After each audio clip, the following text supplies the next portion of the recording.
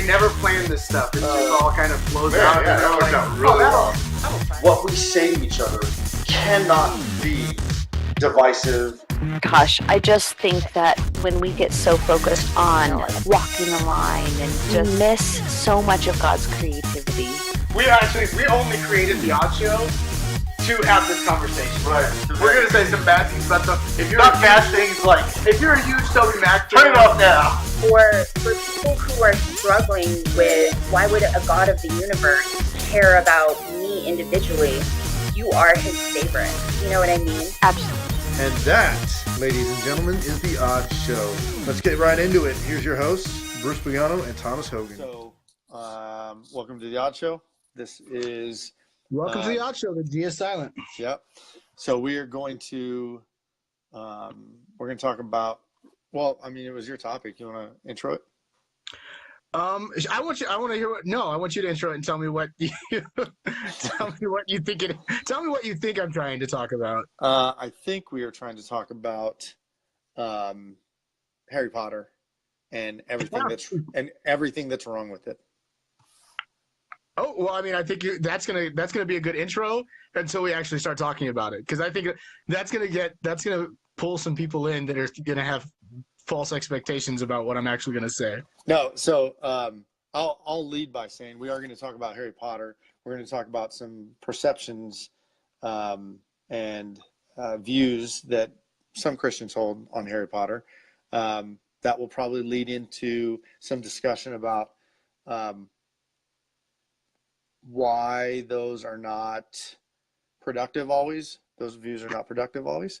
Yeah, and then just their opinions.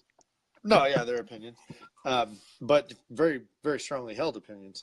I should lead by saying that my wife and my wife is a Potterhead. We're Christians. We believe in Jesus.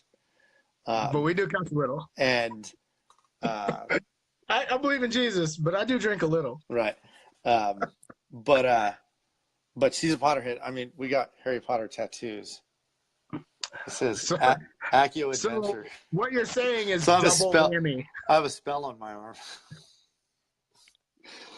So that's what we're going to talk about. I think I very much think that you've already alienated any potential of finding common ground on this discussion with the other side. What? Common ground between us, or just common ground in general? No, I think we're going to be fine. I worry that some of the audience is going to be a little you don't jump in with the tattoo of witchcraft on your arm. You're right. That's a place to end, or it's a testimony about your heathen life. I probably shouldn't have led with that. You're right. You don't lead in with the Harry Potter tattoos. You're crazy. What's done is done. If you remember was it the gender reveal, or was it the? No, it was the birth reveal. It was the gender reveal. Oh, it was the gender reveal? I thought it was the birth reveal. No. So, or the pregnancy reveal. But the birth, announcement? No. Yeah, that was all Harry Potter too.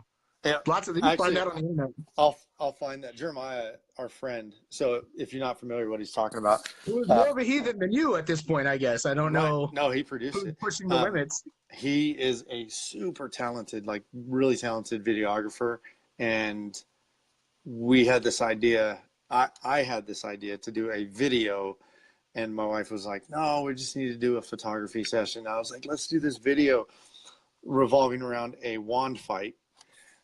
Where at the end of the wand fight, the color of the gender of our baby to be was revealed. When the wand, like lightning, hit each other, it made the color of the gender of the baby, and that was our reveal. So I'll put a link to the video in the show notes.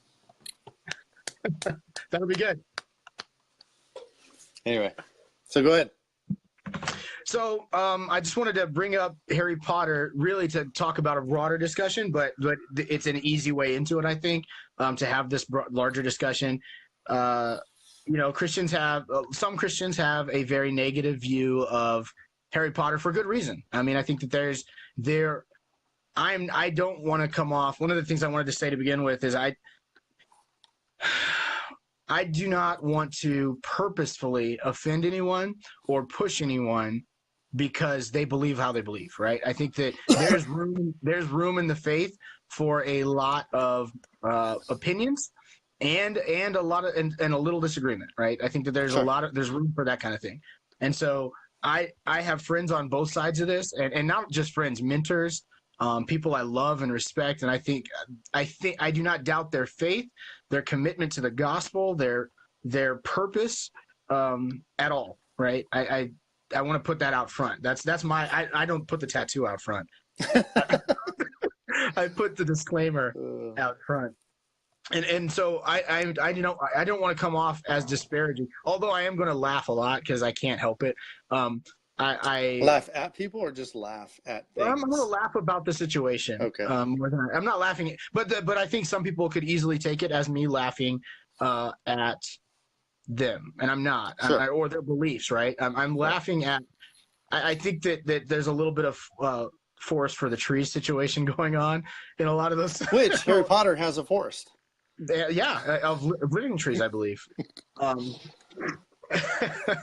I just want to put that out first. Like I'm going to say some stuff that I understand is not going to be acceptable in certain Christian circles, and I'm connected to those Christian circles, but they're not my circles. So I'm not disrupting anything, right? But other than potential, there's an opportunity for me to have this discussion with them more than it is I'm going to lead their people astray, or they're going to lead, whatever, right? That's not the situation. So leading into this, do you feel comfortable sharing kind of what brought the topic up? Like what? Yeah. Well, so it's happened actually, like I want to say 3 times, and I called you about it last week. Right. It's happened like 3 times to me where I've had to have the Harry Potter discussion. This is Magic Bunny ears. Quote unquote, air quotes, everything, the Harry Potter discussion. I've had to have the Harry Potter discussion. It's kind of like the talk with your kids, but with people that think Harry Potter is the devil. Right. Well, I mean, and it's not really the devil. It's just that he's controlled by the devil, or J.K. Rowling is controlled by the devil. Right. And so getting into this, I just want to point out where I come from. I come from an evangelical background, strong evangelical background. Yeah. And not just that, I would say on the Pentecostal side. So there's evangelicalism, and then there's Pentecostal evangelicalism, which is like on the other side of evangelicalism. And where I come from, I mean, Halloween is evil. Harry Potter is definitely evil, but that didn't happen until like the end of high school is when Harry Potter came out for me. I was already in the military. I think it was the last year of high school was when Harry Potter came out, and I wasn't into it at all. I just had other things to pay attention to. I had a million other things to be paying attention to. Harry Potter was let's on the be radar. honest, D&D. And D&D was evil. And so I come from this background where even the idea of discussing it, right, or having the discussion was met with vitriol and reactionism, right? There's a strong reaction to, and I would go further back than that. So you go back about 4 years behind Harry Potter coming out, and I don't remember when Pokemon came out. Huge deal in the evangelical. I was an adult when Pokemon came out, so I didn't care. Yeah, okay. Yeah, you are a little older than me, so evangelicalism jumped on Pokemon because it stands for it's Japanese pocket monster. Obviously, monsters are evil, right? And so there's this automatic reaction to anything that has a cultural impact or cultural significance. Right. Christianity, certain sections of Christianity. Well, and really, you could go back a little bit before that when heavy metal came out, and a little bit before that. Heavy metal, hip hop, heavy metal. I mean, I remember I had a comic book from middle school that they used to like give out like tracks kind of. There was these comic books that the Baptist church gave out about how rock music had the same drum beats that African tribes worshipped their pagan gods to. And and it was a carryover. I remember certain records you could play backwards and you could hear the chants to the devil. Right. Or just people talking backwards. Right. That's not Latin. That's backwards. So there's this reactionism within Christianity that anything that has some kind of cultural significance or cultural impact is negative, devilish, and set up to lead you or your children or your the broader culture astray into witchcraft, into Satanism or Satan worship, or into atheism or whatever, right? That those things, that's what those things do, and Right. and that is an honest, I from their perspective, I believe completely honest, right? I think Right. that's how they feel. They feel that way. I'm not doubting any of the stories that I've heard, although I haven't seen them directly, but I don't doubt any of the stories that I've heard, that Magic the Gathering is the beginning of the struggles and doubts that come along with being a teenager, and then led that kid to a dark path. Right. Ouija boards. Ouija boards. Like Magic the Gathering leads to Ouija boards, and then AC/DC and Metallica. Right. Or the Smurfs. I mean, I remember that was a thing too. Yeah. Because there's magic in the Smurfs. Right. So I don't want to disparage that part of it, because Sure. at least I get where it's coming from. There's this thing that's having some kind of cultural significance, and you as the church want to be the culturally significant balance of your community, right? You want to be the most culturally influential thing. And then when something comes along and challenges that cultural influence, especially in the minds of children or young people, there's a fair argument can be made that it is actually competing with you, right? Right. It's competing with the attention of your teenagers. It's competing with the time, effort, and energy, mental space, where that space could be filled with theology and service and doing things that the church deems appropriate or Christian. And that's not necessarily what those things, that rock and roll, hip hop music. Sure.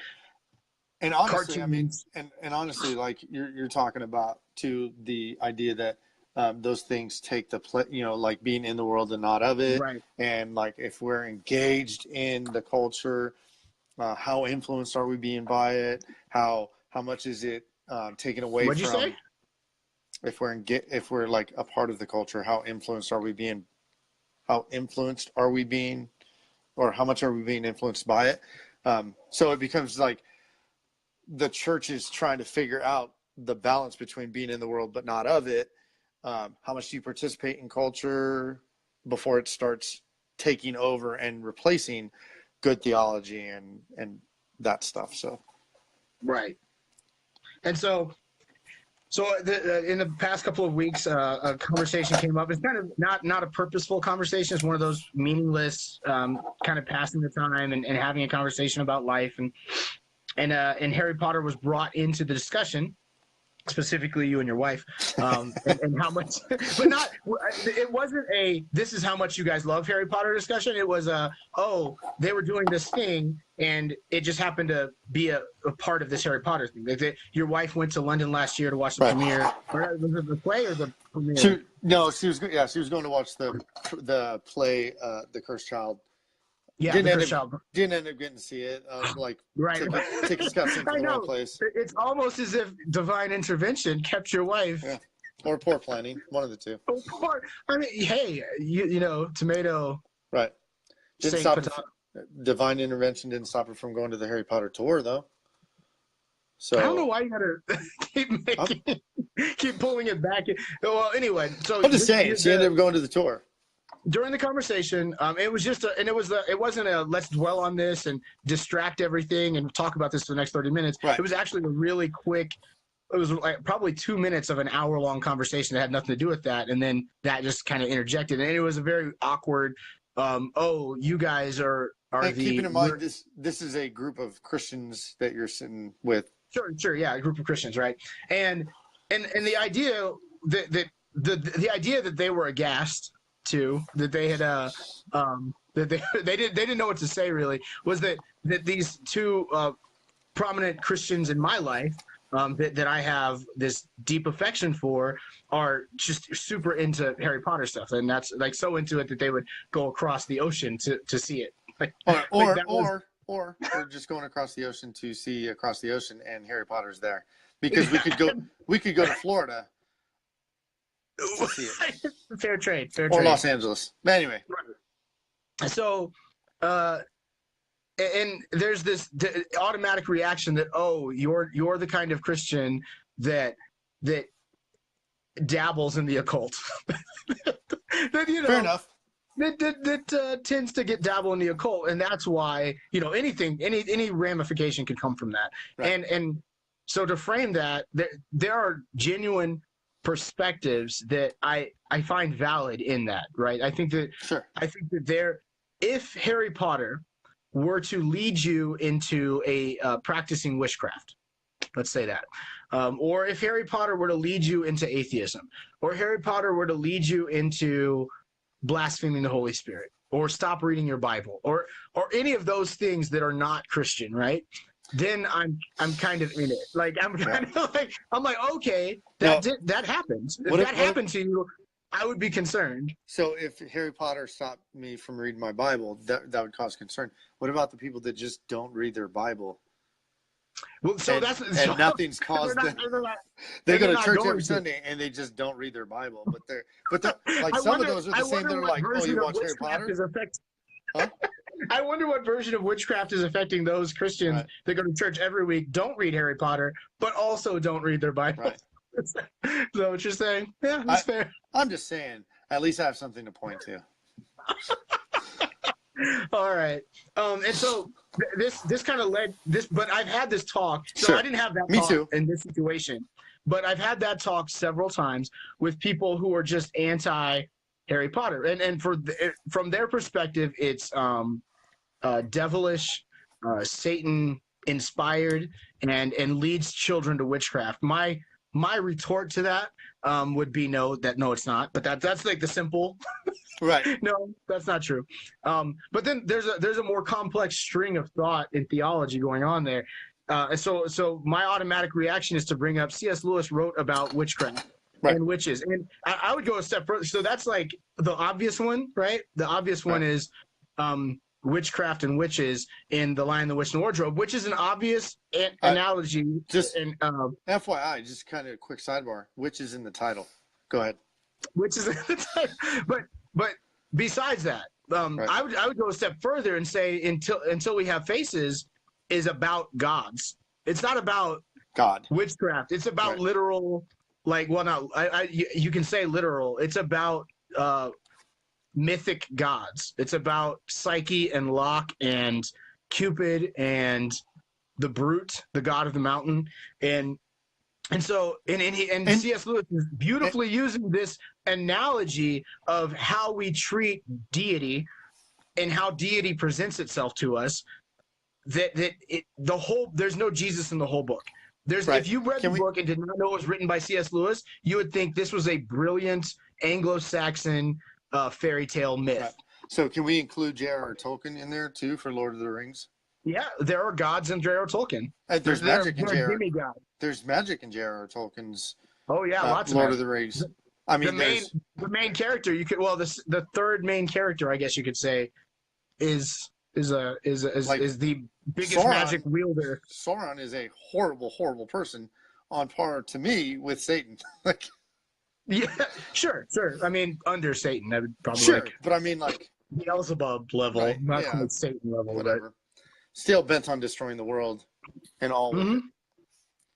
Anyway, and so I would argue that my it's not really an argument. I would present response. Right. My response has always been, if it leads you astray, if you've seen someone led astray, now not heard about it on the internet or heard it in a sermon, not that I'm not saying sermons are lying to you. I'm saying. Wait a second. Are you saying that pastors make up stories just to tell a sermon? No, that's ridiculous. No, I'm not saying that. Okay.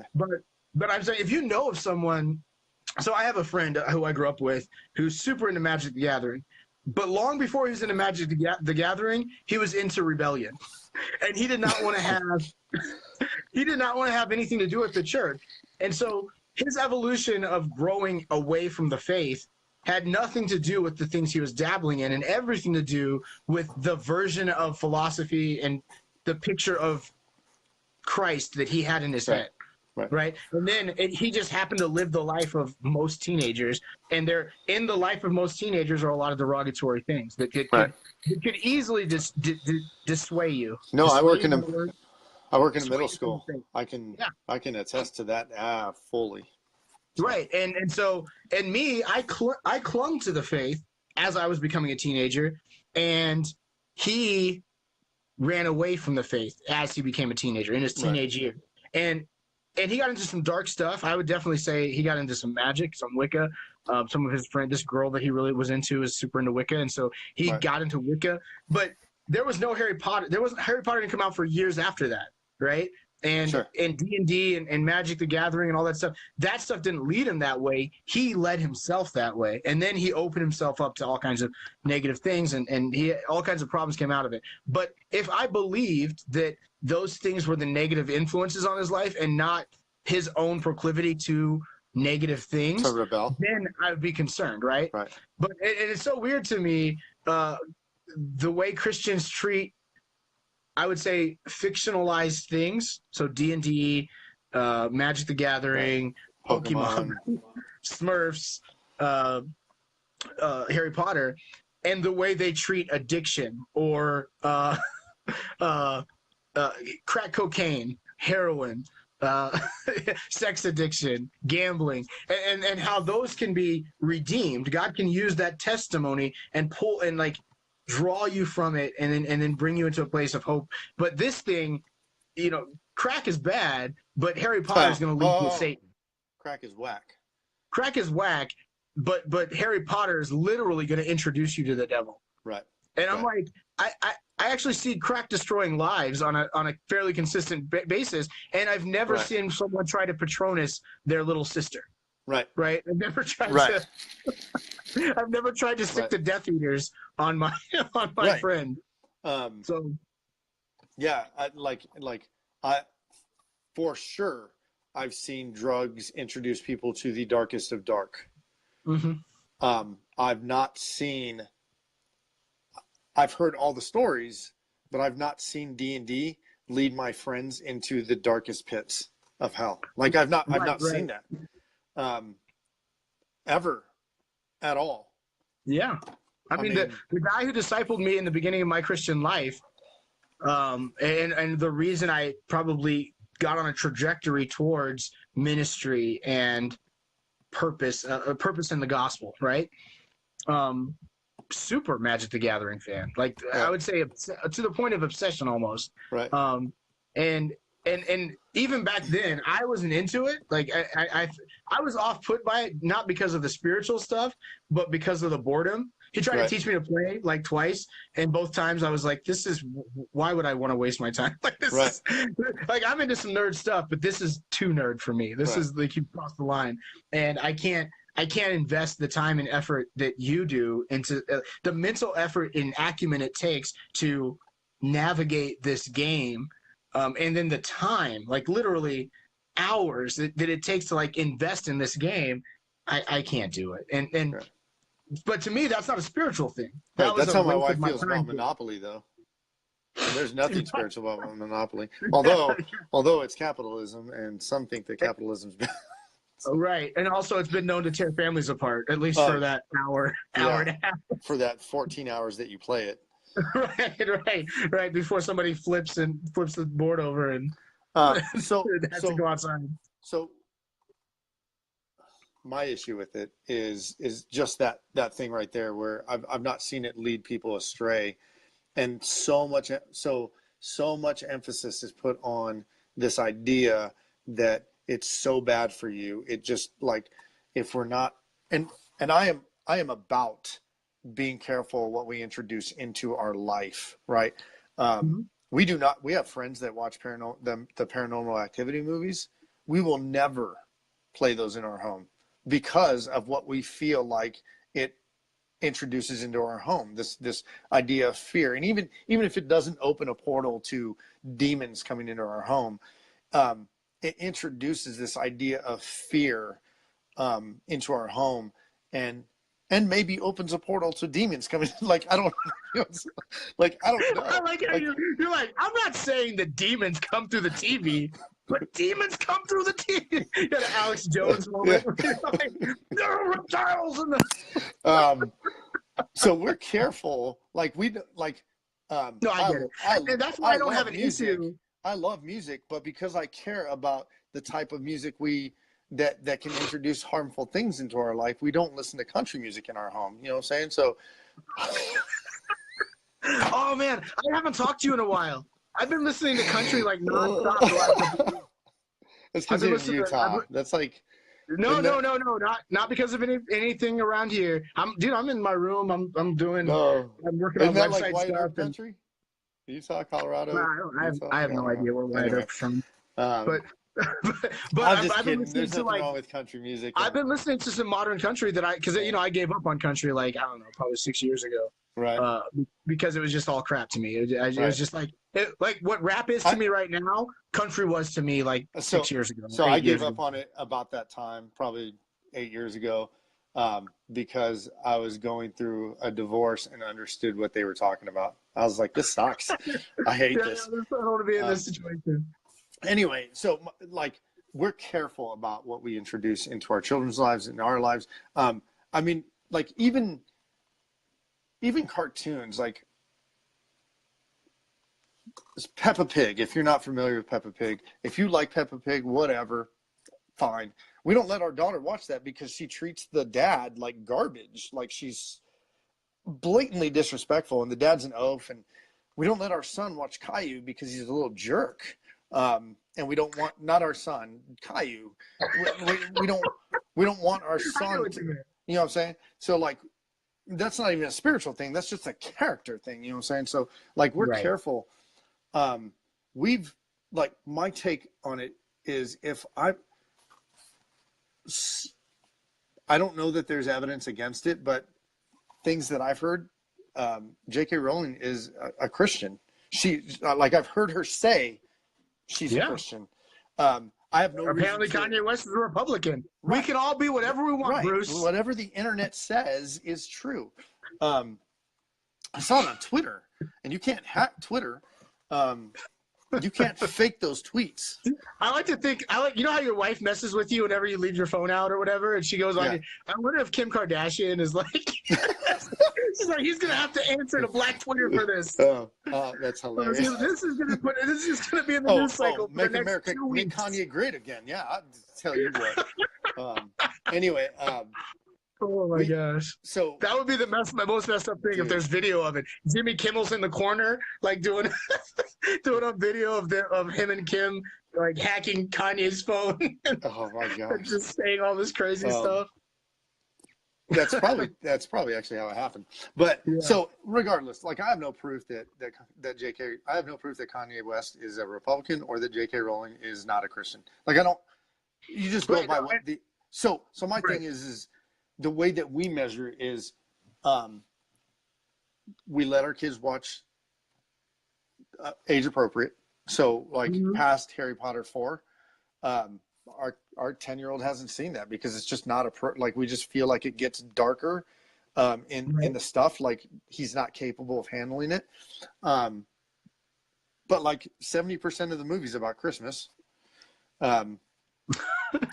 Weirdly enough. Right. And butterbeer, which I'm pretty sure is just butterscotch root beer. Like they're not getting, kids, 11-year-olds ain't getting drunk at the Hogsmeade. So I put it on the same level, like you were talking earlier, with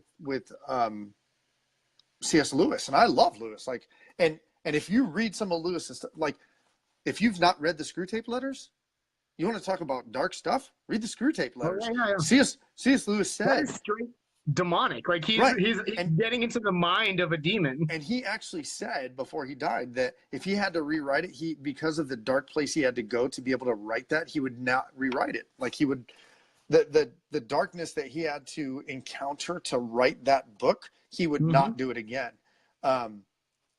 It's literally two demons talking to each other. And I think that's where wisdom comes in. My friends who are against Harry Potter, I think that they're not using necessarily. Well, I'm gonna say they're not. they potentially are blinded to the use of wisdom in this situation. Right. There are definitely things that are not appropriate for some situations, and definitely age appropriate, and definitely I wouldn't say age appropriate, mentality appropriate, right? If I had a kid who was already super curious about witchcraft, I probably wouldn't. If he was like, Right. if he was practicing spells in his room, Harry Potter would not get him away from that, right? So I get that. Everybody who grew up Christian, if you watched Goonies while you were a child, rewatch Goonies now. Just rewatch Goonies now. Right. Horrible movie for a freaking 10-year-old. Inappropriate. Horrible movie for a 10-year-old. I watched it and we were a strong Catholic. Well, we were a Catholic family, so being able to watch that just meant we went to confession and we can continue to watch it. But I also watched all the Friday the 13th at my grandma's house, and nobody had a problem with that. They were like, no, like it's okay. And I was 10. Like, right. And I think that you should use wisdom in what you introduce into your life.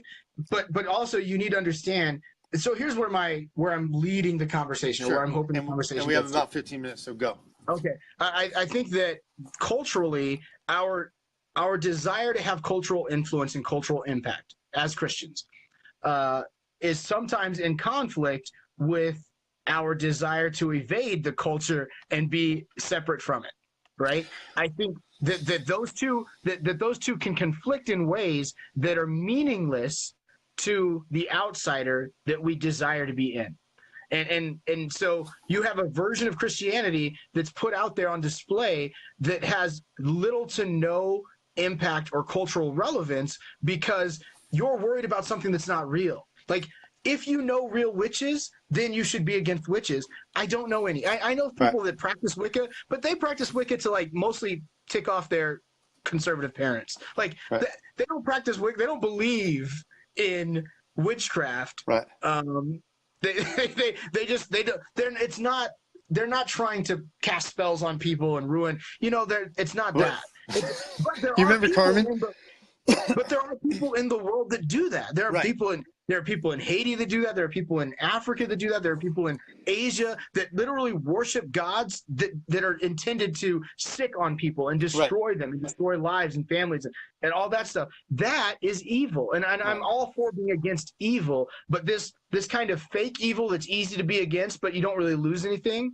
You know what I mean? Right. Like, it's easy to be against Harry Potter and feel like you're standing up for some righteous ideal, much easier than it is to go feed the homeless. That's hard work. Right. So it's easy to have this feigned cerebral disgust of dark things on paper, but the literal destruction of the enemy, like the enemy of our souls is out there, like destroying lives in all these ways that we could have some kind of impact in. And our retreat from the culture and rejection of the culture because certain things in it are bad or disagreeable to us, it actually destroys the power of the gospel to be in dark places and be a light in dark places. So kind of talking about that, because you had mentioned in pre-show while we were talking, so this idea that we retreat from the culture, what about the stuff that we introduce into the culture that's harmful? Because we had talked about that, like, so we're so against these things that are harmful to, and really, let's be honest, it's not like we're talking trash to non-Christians who are watching Harry Potter. We're not standing outside of Harry Potter premiere. Well, there are no more premieres, but we're not standing outside of Harry Potter premieres and picketing like secular non-Christian people going and seeing these movies. We're trashing people who love Jesus and watch Harry Potter. Like, you must not be a Christian. Right, because they're irreconcilable. But where it's just, I would say a few years ago, a pastor, we were at this church in Florida, and awesome church, loved the church, amazing people. Randy Alonzo, if you guys are ever down in Melbourne area, go check out Central Life. Yes, go check out Central Life. Awesome, amazing church. Love those guys. But he was like, he basically got into the same kind of argument with another pastoral board or group of people, and they were talking about all the things that they were going to do to shelter their people and their kids basically from the evils of Halloween. And so he brought it to the church, and he was like, hey, you guys may not like this. You may not even be into it. You don't have to be for it. I feel like this is what the Holy Spirit is moving in my heart and doing. I want you to be a part of the Halloween tradition in your neighborhoods and love on people and try to take that opportunity to see how God can use it to pray for people and give to people and be there for your neighbors in a way that you may not be available to them on other days of the week when they just kind of pass by and wave at you. And that, to me, I was probably not as open to this idea until that happened, and I saw the genuine cultural desire to be a part of people's lives and see the gospel have an impact there. Not to bring them to our church so that God can do something in their heart, hopefully by that one time they say yes to us to come to church, but the everyday when I see them part of life. And it really was a kind of one of those turning points to GCC for me, to getting to gospel-centered community and away from this retreatism that is prominent in evangelical Christianity. Right. And so, and to me, that's the same thing. A retreat from the culture is not, it's not the standard that you think it is. Right. In some cases, to love people and show them light and hope. Right. And when I read Harry Potter, so I don't read Harry Potter because I don't have time for that. I've watched all the movies though, and the hope and the unity and the loyalty and these ideals, these ideals, and let's be honest, the light triumphing over darkness, and right, and darkness being transformed. I mean, like you know, one of the characters in there, Snape, like from the very beginning, you think, oh, this guy's dark, this guy's part of the bad guys, and there's this redemptive moment that becomes very much self-sacrificing and very much light revealed. You know what I'm saying? Like, right. So no spoilers. And that's what I'm saying. And I think that you have Christian stories and Christian myth built around these ideas, and that they are central to the faith. St. George and the Dragon, King Arthur in the Search for the Holy Grail. Like, you have these kind of Anglo-Saxon... Monty Python in the Search for the Holy Grail? No, not Monty Python. But almost anything else. Actually, would you say St. George and what? St. George and the Dragon? Is it St. George? I think it's St. George. Yeah, I think so. I was just writing down for show notes. And so you have these Christian myths that are integral. You know, Beowulf is, I wouldn't say a Christian myth necessarily, but an ancient myth about good triumphing over evil. Do I think that there were dragons? No, I don't think that there were dragons. And I don't know that people at the time didn't know there weren't dragons, but I can read those stories now because I know there aren't dragons. Yeah. I don't worry about dragons. Now, that's where the disconnect comes in. Like, there's this weird, people on the outside, they don't believe in witches, right? You believe in witches. Now, I believe that there is witchcraft. Totally believe in that. Mm-hmm. But people in the real world who are, you know, taking their kids and dropping them off at daycare and then going to work all day and then paying bills, and then, you know, maybe they get 2 weeks of vacation a year and they're going to drive down to see their cousins in you know, Georgia or whatever, right?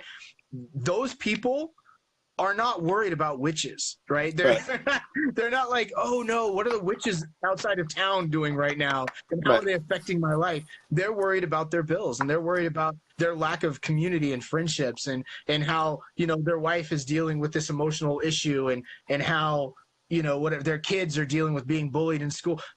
They're dealing with the real world, and while some people just get up in arms about things that aren't the real world. And that's where my concern comes in. It's not that if you don't like Harry Potter, you don't like Harry Potter. And if you think it's evil, you think it's evil. That's okay.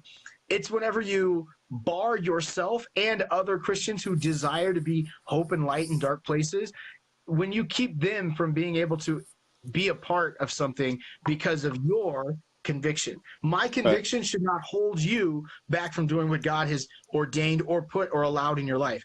Now, if I think it's hurting you, I have a right to say it. So my friends who don't like Harry Potter, they are more than welcome, and they are welcomed to come into my life and speak life and hope into me and say, hey, I think that this is negative and destructive. Awesome. And once I come back with, well, here's what I think and here's how I feel, then if there's no common ground, there's no common ground. We won't. Harry Potter will not be the thing that we deal with. Right? Break fellowship over. Right. And it doesn't have to be. I know that there are people that have tried to get other people to watch Harry Potter, and they're like, I don't. Just like me and Magic the Gathering, not my thing. Not because it's evil. It's dumb. Right. So We just lost our whole Magic the Gathering demographic. I know. All three of our Magic the Gathering people are like, oh, I'm out. Oh. So that was kind of my thing. I think that Christians get caught up in things that are not important, and it's a distraction from things that are really, really important. Right. And Harry Potter's kind of awesome. I think that this. I mean, me and my daughter watch it, and like it's a Christmas thing now. Like we watch. Right.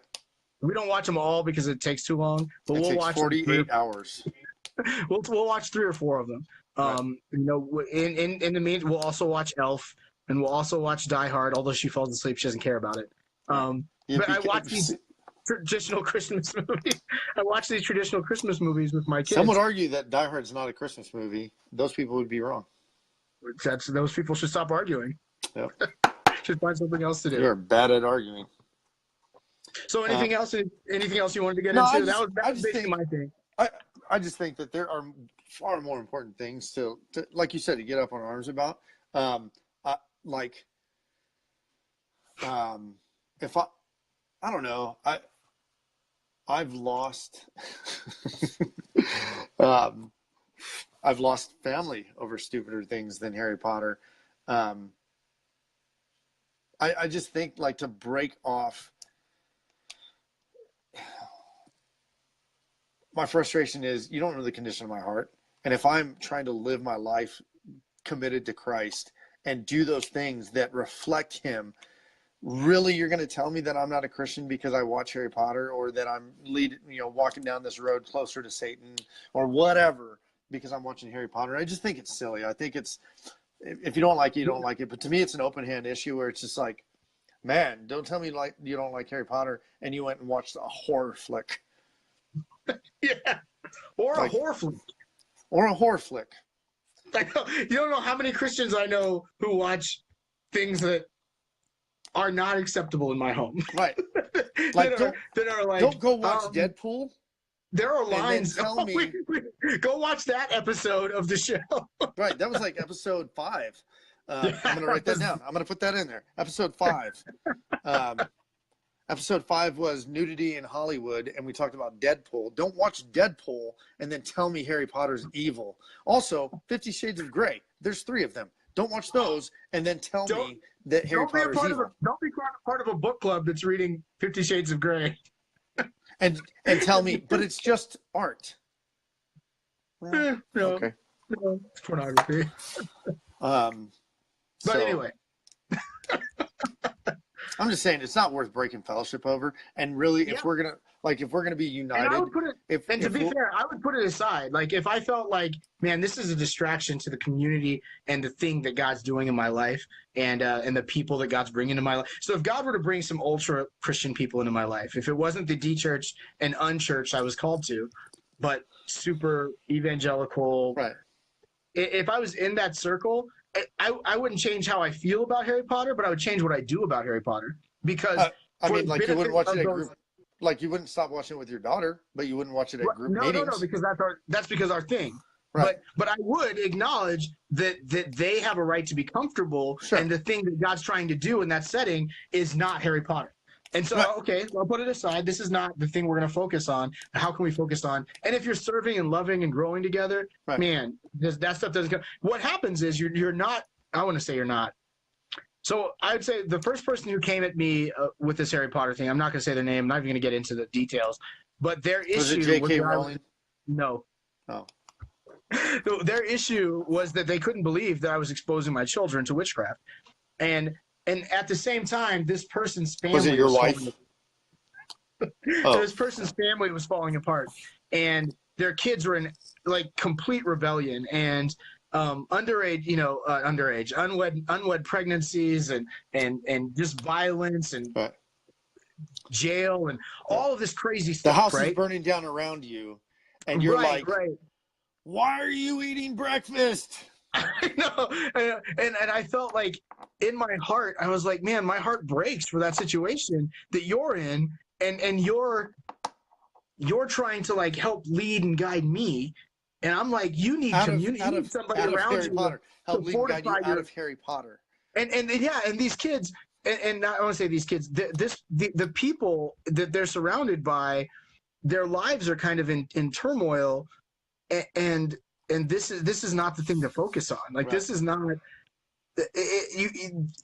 your kids not watching Harry Potter did not save them from the destruction around them right now. Right. And so my kids bonding with not all my kids are into Harry Potter. Some of my like I have some of my kids are jocks, and they're like, "Why are you're such a nerd, Dad?"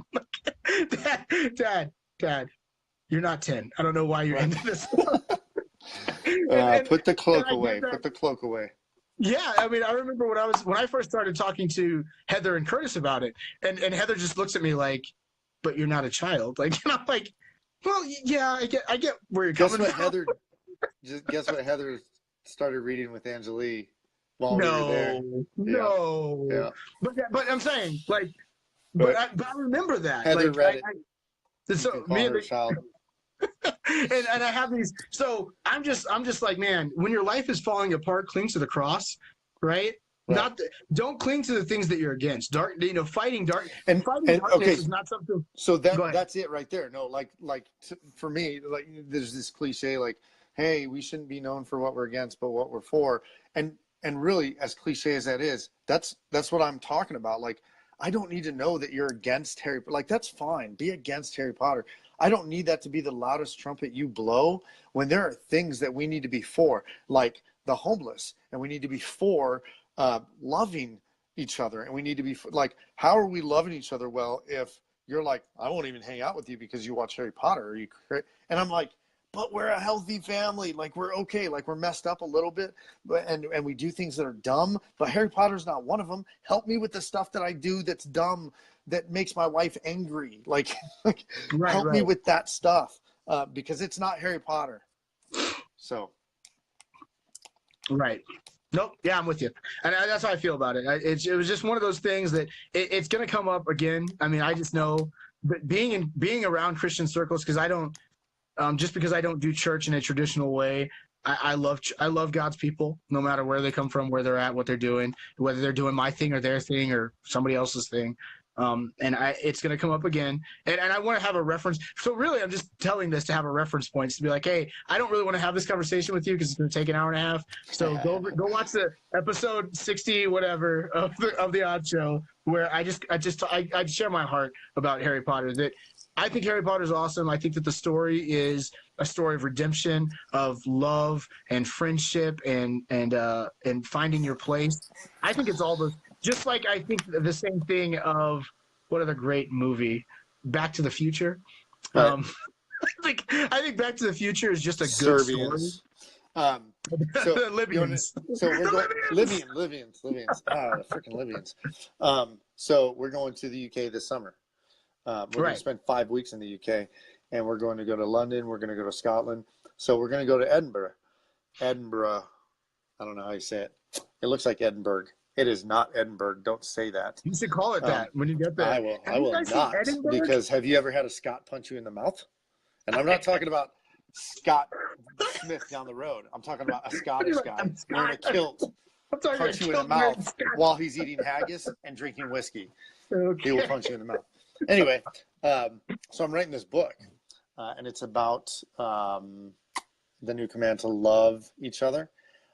We're going to go on a tour of the places that inspired J.K. Rowling in Edinburgh as she wrote Harry Potter, and visit some of the cafes that she wrote Harry Potter in.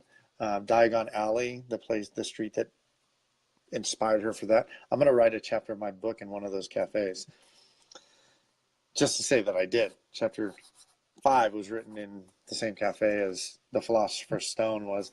I'm also going to write, but that's not to make anybody mad. I just think it's super cool. I'm also going to write a chapter of my book, if I can, in the place where the Inklings met, in the cafe, in the pub where the Inklings met. Oh, wow. Yeah, awesome. So anyway, I'm super excited about that. We're going to see all this great stuff. and I'm super excited about that. Doune Castle, we're going to go visit Doune Castle in Scotland, Nice. which is, do you know what that is? No. It's the castle where in Monty Python in the Search for the Holy Grail, the Frenchman. Yeah. Ah. Yeah. Anyway. Well, that's fun. Yeah, that's good. So anyway. So that's it. That's the show. Harry Potter's not evil. I mean, unless you think it is, and then Unless you let think it is, and then I think that's silly, and we can agree to disagree on it. Yeah, but we can still be friends, and I'm still a Christian. We got things to do that don't involve Harry Potter. Right? Yeah.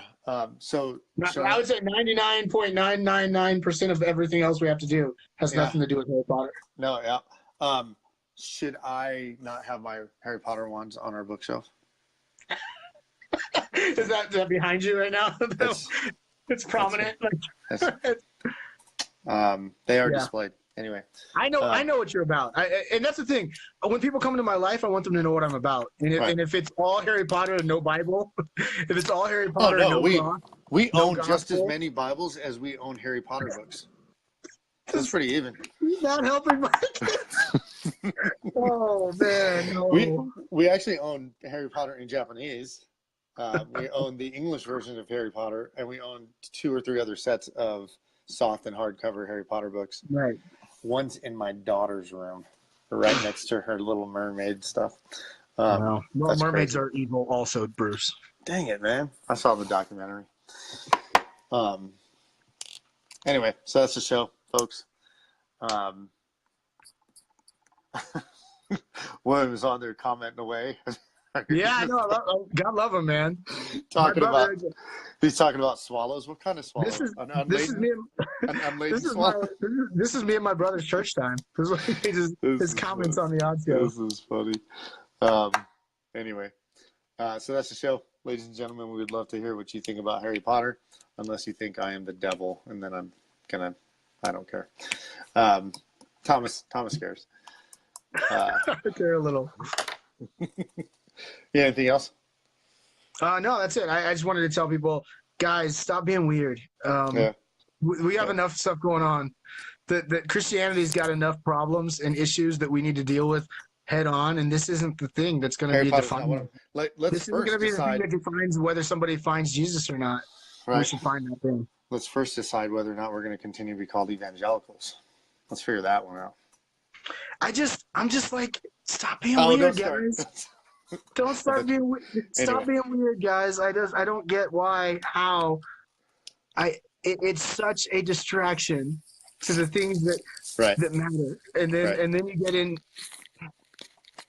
Be against what you're against, and that's good. Sure. But if that's all you got, man, go back to the drawing board. Let's maybe draw a circle around. Ooh. Let's draw some circles on a board, on a whiteboard, and find out what the thing you should be spending your time. William said he's praying for me. I am too. I need all the prayer I can get.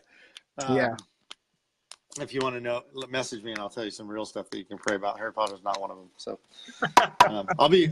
You want transparency? Or pray that God reveal His heart to me and tell me how evil it is, and then then I stop doing it.